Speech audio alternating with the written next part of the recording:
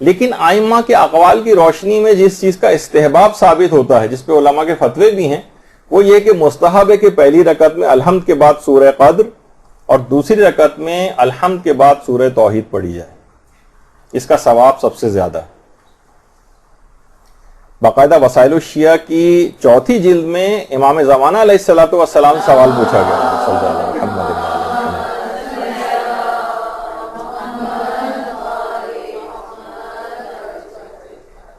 باقاعدہ سوال پوچھا گیا کسی نے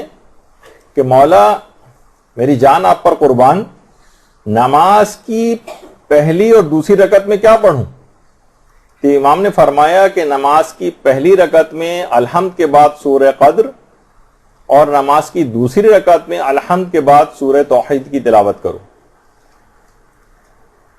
اور امام نے آگے ایک جملہ ارشاد فرمایا جس سے ان سوروں کی اہمیت پتہ چلتی۔ امام نے فرمایا مجھے تعجب ہے ان لوگوں پر جو نمازوں میں سورہ قدر اور سورہ توحید نہیں پڑھتے، ان کی نمازیں بارگاہ خداوندی میں قبول کیسے ہوتی ہیں۔ کتنا اہم ترین، دیکھیں ہم لوگ پڑھتے تو ہیں لیکن اندازہ نہیں ہے کہ اس کا فائدہ اور ثواب کیا ہے۔ اچھا، ایک اور روایت میں بھی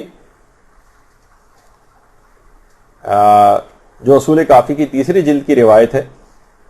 کہ پیغمبر اسلام پہلی رکعت میں اللہم صلی علی محمد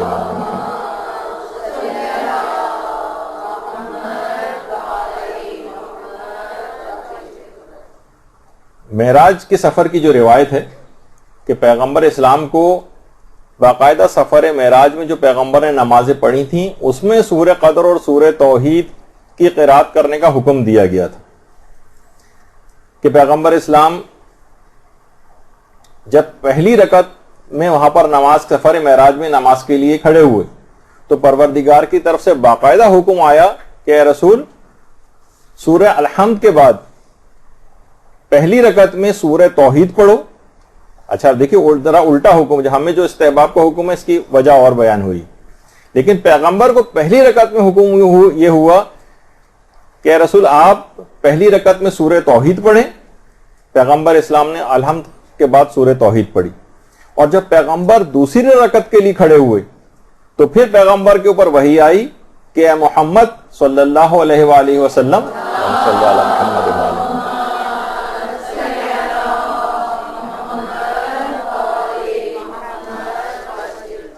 دوسری رکعت میں الحمد کے بعد سورہ قدر کی تلاوت کرو۔ اور پھر رسول نے دوسری رکعت میں سورہ قدر کی تلاوت کی، پھر کہا کہ یہ سورہ روز قیامت تک آپ کی اور آپ کے اہل بیت سے منسوب ہے، اور یہ آپ کی اور آپ کے اہل بیت کا پہچان نامہ ہے جس میں آپ کا شجرہ موجود ہے۔ اصول کافی کی باقاعدہ نے جو سورہ قدر ہے اتنا اہم ترین سورہ ہے۔ اچھا، ہمیں اس کے البتہ استحباب کا حکم تقریباً اس کے برخلاف ملا ہے۔ علماء فرماتے ہیں کہ اس کی وجہ یہ ہے، ہمیں جو ہے حکم یہ کہ پہلی رکعت میں سورہ الحمد کے بعد سورہ قدر پڑھیں اور دوسری رکعت میں الحمد کے بعد سورہ توحید پڑھیں۔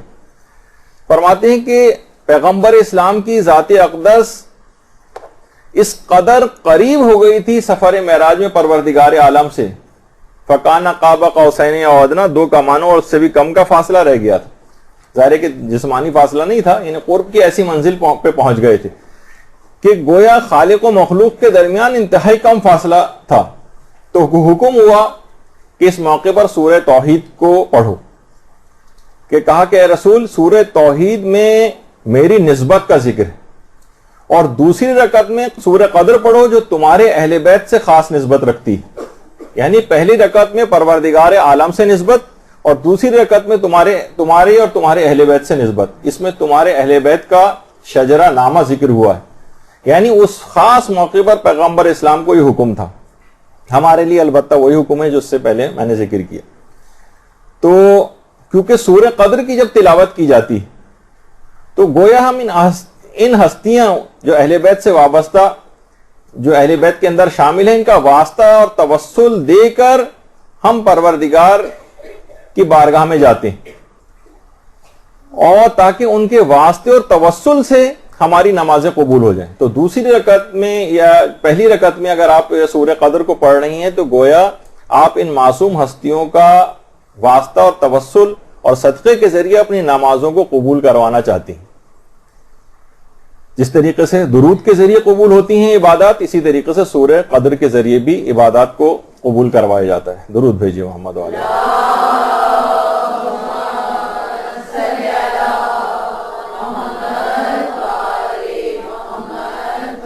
جیسے کہ ابھی آپ نے سنا کہ سورہ قدر کی تلاوت کا بہت ثواب ہے، سورہ توحید کی تلاوت کا بہت ثواب ہے. اتنا زیادہ ثواب ہے تاکہ آپ جب کبھی سورہ قدر پڑھیں تو واقعی آپ کو پتہ چلے کہ ایک کتنے عظیم سورہ آپ تلاوت کرنے جا رہے ہیں. ثواب الاعمال میں شیخ صدوق نے باقاعدہ یہ روایت نقل کی ہے کہ جو شخص بھی اپنی واجب نماز میں سورہ قدر پڑھتا ہے اسی وقت ایک منادی ندا دیتا ہے. وہ ندا تو آپ کو سنائی نہیں دیتی، لیکن روایات میں ائمہ معصومین نے وہ آپ کو ندا بتا دی. اسی وقت پروردگار کی طرف سے ایک منادی ندا دیتا ہے کہ تیرے تمام پچھلے گناہ معاف کر دیے گئے ہیں، اب نئے سرے سے اعمال شروع کر. اللہم صلی علی محمد و علی محمد.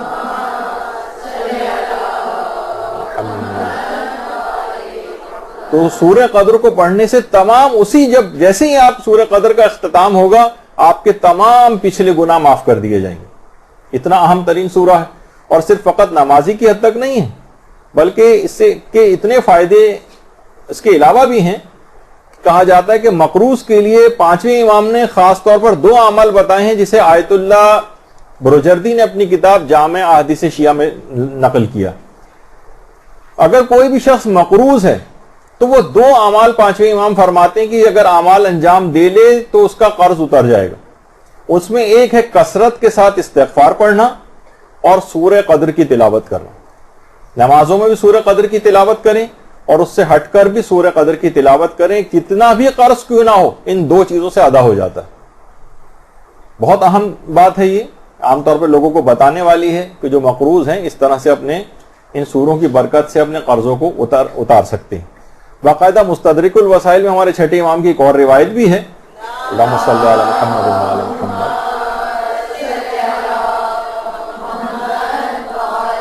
اور وہ ہر شخص ہر وقت کر سکتا ہے. کبھی بھی جب بھی آپ پانی پینے لگیں چھٹے امام فرماتے ہیں کہ سورہ قدر کو اگر پانی پر دم کر کے پی لے تو اس کی آنکھوں کی بینائی بہت زیادہ تیز ہو جائے گی. سورہ قدر کو تلاوت کرے اور پانی پہ دم کر دے اور اس کے بعد اس پانی کو پی لے، اس کی بینائی تیز ہو جائے گی. اور علماء سورہ قدر کو وسعت رزق کے سلسلے میں انتہائی مجرب بتاتے ہیں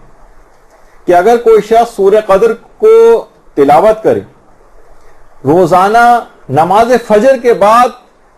10 مرتبہ سورہ قدر کی اگر تلاوت کرے اور اس سے تخلف نہ کرے، یعنی اس کو چھوڑے نہیں، ایسا نہیں کبھی کر لی کبھی نہیں کی، نہیں، اسے کنٹینیوس جاری رکھے، بالکل پابندی کر لے اس کی،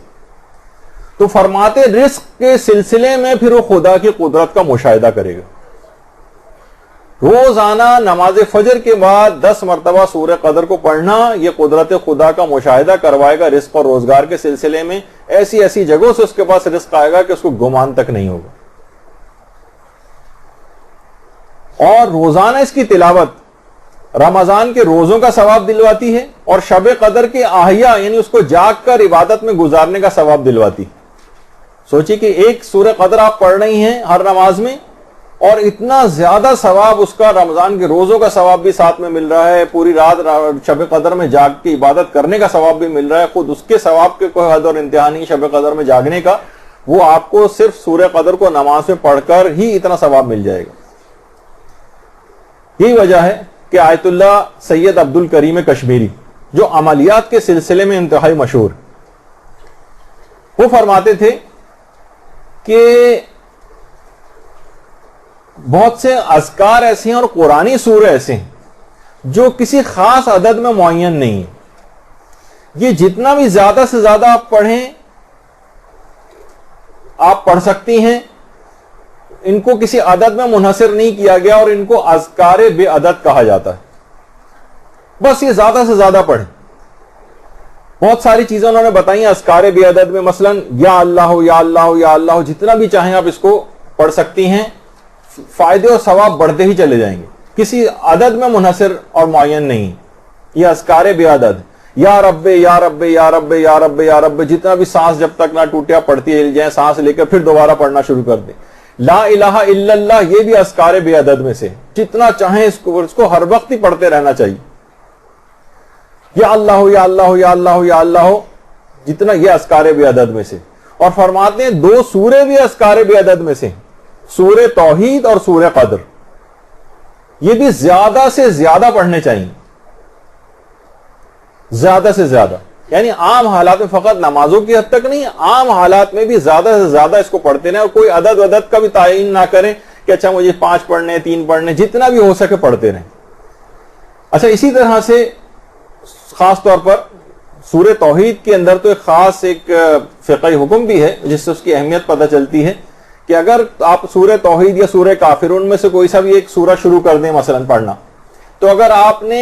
ایک آیت بھی اس کی پڑھ لی ہے تو اس کو چھوڑ کر کوئی دوسرا سورہ نہیں پڑھا جا سکتا. ورنہ بہت سے سورے ایسے ہیں کہ ان کے متعلق یہ ملتا ہے، کچھ روایات کا وہ ہوتا ہے اس کے اندر آیات کا ایک اختلاف کہ جناب اتنی آیات اگر پڑھ لی جائیں، اس کی تفصیل میں بھی فی الحال نہیں جا رہے ہیں، تو اس کے بعد اگر اس میں چھوڑ کے دوسرا سورہ بھی پڑھنا چاہیں تو اس کو درمیان سے چھوڑ کر اور دوسرا سورہ شروع کیا جا سکتا ہے. لیکن سورہ توحید اور سورہ کافرون میں سے کوئی سا بھی اگر ایک آیت بھی پڑھ لی جائے تو اس کو چھوڑا نہیں جا سکتا. اور سورہ توحید کے متعلق یہ ہے کہ ایک ہی سانس میں اس سورہ توحید، کیونکہ چھوٹا سورہ ہے، اکثر لوگ بسم اللہ سے لے کر کفوان احد تک ایک ہی سانس میں اس کو پڑھتے ہوئے چلے جاتے ہیں، تو اس میں ایک ہی سانس میں اس کا پڑھنا مکروہ شمار کیا گیا. اور یہ واحد وہ سورہ ہے کہ دونوں رکعت میں، اگر جیسے کہ ابھی آپ نے سنا کہ سورہ توحید کو پڑھنا مکروہ بھی نہیں، اور دونوں رکعت میں اس کو پڑھا جا سکتا ہے. ورنہ کوئی اور سورہ اگر آپ پڑھیں دونوں رکعت میں، مثلا آپ کہیں گے سورہ قدر میں دونوں رکعت میں پڑھوں، تو پڑھا تو جا سکتا ہے لیکن ثواب کم ہو جائے گا. یہ صرف سورہ توحید کی خصوصیت ہے کہ اسے دونوں رکعتوں میں پڑھ لیا جائے تو ثواب کم نہیں، یعنی مکروہ نہیں اور ثواب کم نہیں ہوتا. بلکہ چھٹے امام تو یہاں تک یہ جملہ ارشاد فرماتے ہیں، اللہم صلی علی محمد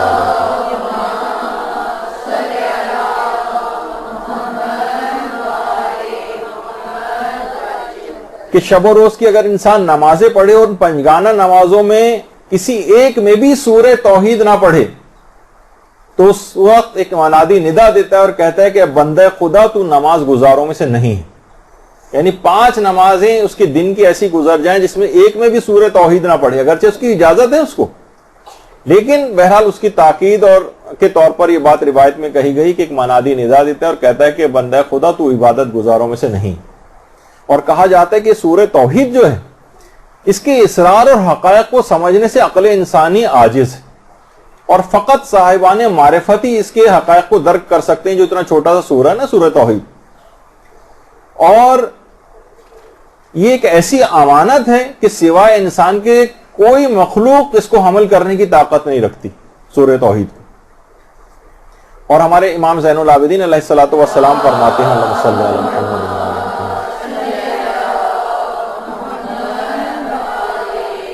کہ پروردگار کو یہ بات معلوم تھی کہ ایسی قوم جس کی نظریں بہت دقیق ہوں گی، وہ ایک قوم آنے والی، ان کی وجہ سے سورہ توحید کو اور سورہ حدید کی چند آیات کو وَعَلِمٌ بِذَاتِ الصُّدُورِ تک نازل کیا. یعنی آخری زمانہ جو کہ انتہائی علوم کے اندر کافی زیادہ مہارت رکھ لے گا، بہت دقیق اس کی نگاہیں ہوں گی، ان کے لیے خاص طور پر سورہ توحید کے اندر ایسے حقائق اور اسرار موجود ہیں، جتنا دقت نظری کرتے جائیں گے اسرار کھلتے چلے جائیں گے. ان کے لیے سورہ توحید کو اور سورہ حدید کی آخری آیت کو وَعَلِمٌ بِذَاتِ الصُّدُورِ تک پروردگار نے نازل کیا. اور پیغمبر یہ بھی فرماتے ہیں کہ اگر کوئی شخص ہر نماز کے بعد،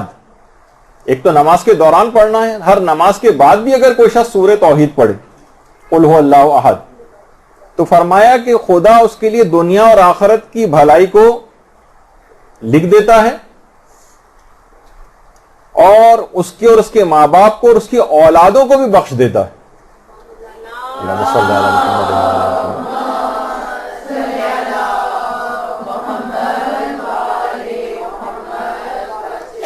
اچھا، اب ایک باتیں اور تھیں کہ ہم نے پچھلی کلاسز کے اندر سورہ الحمد ختم کی تھی، اس کے بعد سورہ توحید کی کچھ باتیں بیان ہو رہی تھیں لیکن وقت کی کمی کی وجہ سے رہ گئیں، تو تھوڑا سا دیر رک کے صرف 2-3 منٹ سورہ توحید کی کچھ باتوں کو مکمل کر دیا جائے. دیکھیے نمازوں میں کہا، پچھلی بار بھی بیان ہوا تھا کہ سورہ توحید کی اتنی زیادہ فضیلت ہے، اور فضیلت یوں ہم بیان کر رہے ہیں تاکہ آپ کو اندازہ تو ہو کہ جب ہم نماز میں سورہ توحید پڑھ رہے ہیں اس کا فائدہ کیا ہے، یہ کتنا عظیم سورہ ہے کہ پیغمبر اسلام سے ایک دفعہ یہودیوں نے آ کر کچھ سوالات پوچھے تھے. اللہم صلی علی محمد وعلی محمد.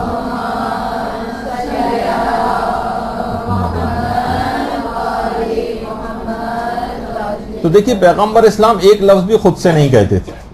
پیغمبر نے 3 دن تک انتظار کیا، اور اس دوران اس 3 دن کے انتظار کے بعد پھر پروردگار عالم نے سورہ توحید کو نازل کیا.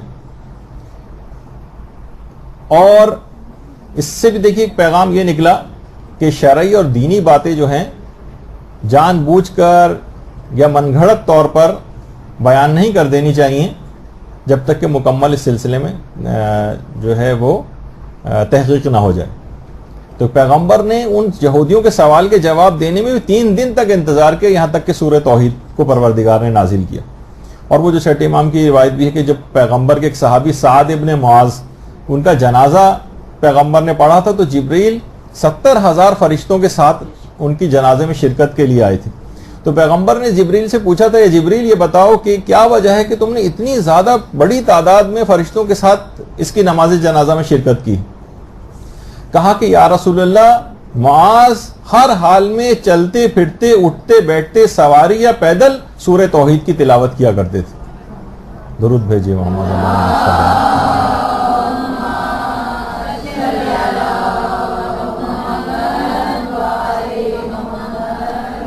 اور اتنا اہم ترین یہ سورہ ہے واقعتاً کہ علماء نے طب الائمہ کے نام سے جو کتابیں بھی لکھی ہیں اس میں بھی ہمارے 5ویں امام محمد باقر علیہ الصلوۃ والسلام علیہ وسلم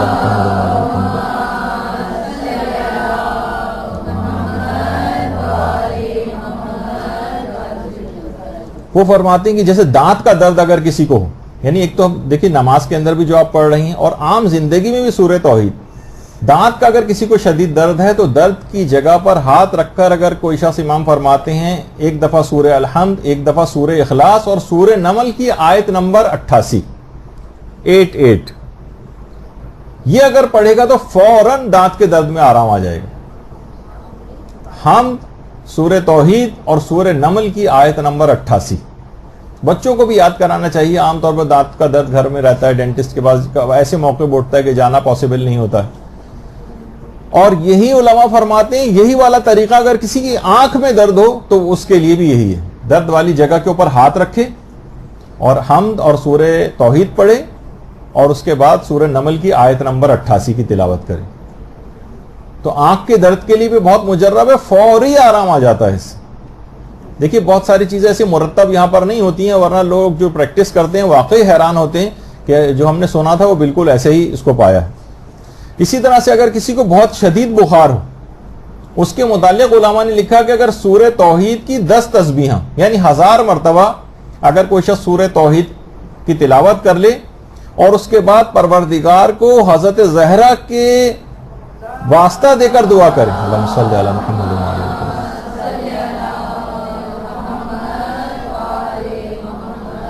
یعنی شدید اور تیز اگر بخار ہو اور 1000 مرتبہ سورہ اخلاص پڑھ کر، اور بہت سارے مل کر بھی لوگ اس کام کو انجام دے سکتے ہیں، اس کے لواحقین میں سے ایک تسبیح میں پڑھوں گا، ایک تسبیح اس طرح 10 افراد، اور اس کے بعد پروردگار کو حضرت زہرا کے حق کی قسم دے کر، اس کے اندر علماء نے لکھا ہے، یا ان کا واسطہ دے کر اگر دعا کرے تو لازمی اسی وقت بخار اتر جائے گا. اور اسی طرح سے سورہ اخلاص کے لیے کہ سفر پہ اگر کوئی شخص جا رہا ہے تو 11 مرتبہ اگر اس کو پڑھ کر نکلے تو مکمل امنیت کے ساتھ سفر گزرے گا. آیت اللہ عبد الکریم کشمیری جو عملیات کے آیت اللہ گزرے ہیں وہ فرماتے ہیں، یعنی عرفا میں سے تھے، کہ اس کا ہمیشہ پڑھنا سورہ اخلاص کا یہ آپ کی یقین میں بہت اضافہ کر دیتا ہے، اور جیسے جیسے یقین بڑھتا جائے گا ویسے ویسے گناہوں سے دوری بڑھتی جائے گی، ویسے ویسے سیر و سلوک کے منازل طے ہوں گی. اور ہمارے 5ویں امام یہ بات بیان فرماتے ہیں، اللہم صلی علی محمد وعلی محمد،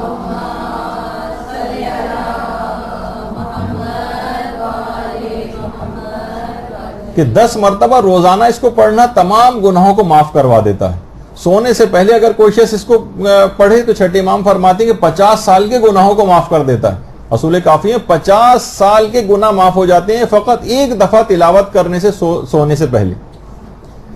اور سونے سے پہلے اگر سورہ اخلاص پڑھ لے تو 50 فرشتے پروردگار بھیجتا ہے جو اس کی حفاظت کے اوپر مامور ہو جاتے ہیں. اور امیر المومنین نے تو یہاں تک ارشاد فرمایا ہے کہ گھر میں جس وقت انسان داخل ہو اس وقت اگر سورہ توحید کی تلاوت کرتے ہوئے داخل ہوگا تو فقر و فاقہ دور ہو جائے گا. یعنی آپ اندر سورہ توحید پڑھتے ہوئے داخل ہوں گی اور دوسرے دروازے سے یا اسی وقت جو ہے فقر و فاقہ گھر سے رخصت ہو جائے گا. اور اس کی بار بار تلاوت آپ کی اہم زندگی جو آپ کی زندگی ہے اس میں جتنی بھی اس طرح کی چیزیں ہیں جو بہت امپورٹنٹ آپ کے لیے ہوتی ہیں اور خود ہماری اپنی زندگی کہا جاتا ہے کہ اگر کوئی شخص ایک دفعہ اس کی تلاوت کر لے تو اس کی اپنی زندگی کے اندر برکت آ جاتی ہے.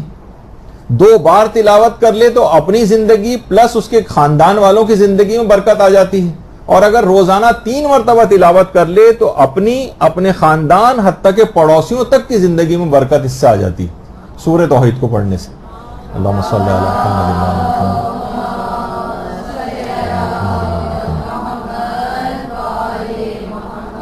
اور اگر صبح سورج نکلنے سے پہلے 11 مرتبہ سورہ اخلاص پڑھ لی جائے تو اس روز شیطان خواہ کتنا ہی زور کیوں نہ لگائے اس سے کوئی گناہ نہیں کروا سکتا. تو اس کو پڑھنے سے ہر چیز میں برکت ہے حتیٰ کہ آپ کی عمر میں آپ کی زندگی میں آپ کی صحت میں. اس کے علاوہ آپ اگر مطالعہ کرنا چاہتی ہیں آپ پڑھائی کرنا چاہتی ہیں آپ کے علم میں آپ کے اخراجات میں آپ کے مال میں تجارت اور بزنس کوئی شخص کر رہا ہے ملازمت کوئی کر رہا ہے ہر چیز میں آسانیاں ہی آسانیاں سورہ اخلاص پیدا کر دیتی. البتہ اس کو صحیح طور پر پڑھنا ہے اور اس کو صحیح قرأت کے ساتھ اس کو پڑھنا ہے. اور جیسے اس کے اندر بہت ساری چیز میں جب پچھلی کلاسز ہوئی تھی جس میں سورہ توحید کی کچھ تلفظ کی غلطیاں بھی بتائی تھیں تو اس میں ایک چیز یہ بھی آئی تھی کہ جو غلطی تو نہیں تھی بلکہ یہ کہ کئی طریقوں سے اس کو پڑھا جا سکتا ہے. خاص طور پہ جو اس کی آخری آیت ہے وَلَمْ يَكُنْ لَهُ كُفُوًا أَحَدٌ تو کفوًا کفوًا کفوًا کفؤً ہر طرح سے اس کو پڑھا جا سکتا ہے. اب آپ کے سامنے ہم ایک کلپ آپ کو دکھاتے ہیں. اس کو آپ بہت بغور خاص طور پر اس کی آخری آیت ورنہ اس کے اندر اپنی اور اس کو کتنے طریقوں سے پڑھا جا سکتا ہے. ایک دفعہ اور پہلے بھی ذکر ہوا تھا اس کا اور ہم نے وہ کلپ سنوایا تھا آپ کو لیکن یہ کہ اس کو دوبارہ تکرار ہو جائے آپ کو اس کا صحیح موقع جو ہے وہ اب آ گیا ہے. تو اب آپ اس کی سنیے گا خاص طور پہ آخری والی جو آیت ہے تو کتنے الگ الگ طریقوں سے بھی اس کو پڑھا جا سکتا ہے. أعوذ بالله من الشيطان الرجيم بسم الله الرحمن الرحيم قل هو الله أحد الله الصمد لم يلد ولم يولد ولم يكن له كفوا أحد بسم الله الرحمن الرحيم قل هو الله أحد الله الصمد لم يلد ولم يولد ولم يكن له كفوا أحد بسم الله الرحمن الرحيم قل هو الله أحد الله الصمد لم يلد ولم يولد ولم يكن له كفوا أحد بسم الله الرحمن الرحيم قل هو الله أحد الله الصمد لم يلد ولم يولد ولم يكن له كفوا أحد بسم الله الرحمن الرحيم قل هو الله أحد الله الصمد لم يلد ولم يولد ولم يكن له كفوا أحد بسم الله الرحمن الرحيم قل هو الله أحد الله الصمد لم يلد ولم يولد ولم يكن له كفوا أحد بسم الله الرحمن الرحيم قل هو الله أحد الله الصمد لم يلد ولم يولد ولم يكن له كفوا أحد بسم الله الرحمن الرحيم قل هو الله أحد الله الصمد لم يلد ولم يولد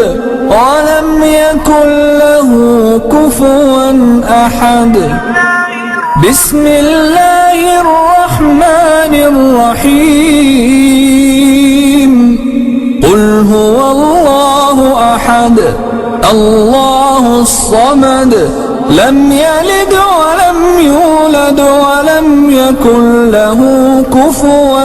أحد بسم الله الرحمن الرحيم قل هو الله أحد الله الصمد لم يلد ولم يولد ولم يكن له كفوا أحد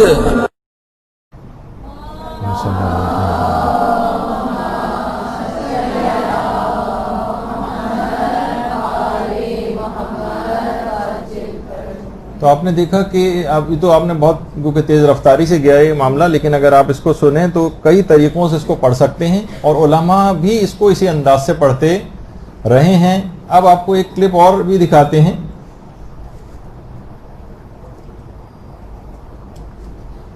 کہ مراجع بھی کوفو ون کو کف ان بھی پڑھتے ہیں، تو اپنی ایسا نہیں کہ صرف ایک تھیوریٹیکل ایک مسئلہ بتایا گیا ہے، لیکن عام زندگی میں بھی ایسا ہوتا ہے۔ بسم اللہ الرحمن الرحیم قل هو اللہ احد اللہ الصمد لم یلد ولم یولد ولم یکن له کفوا احد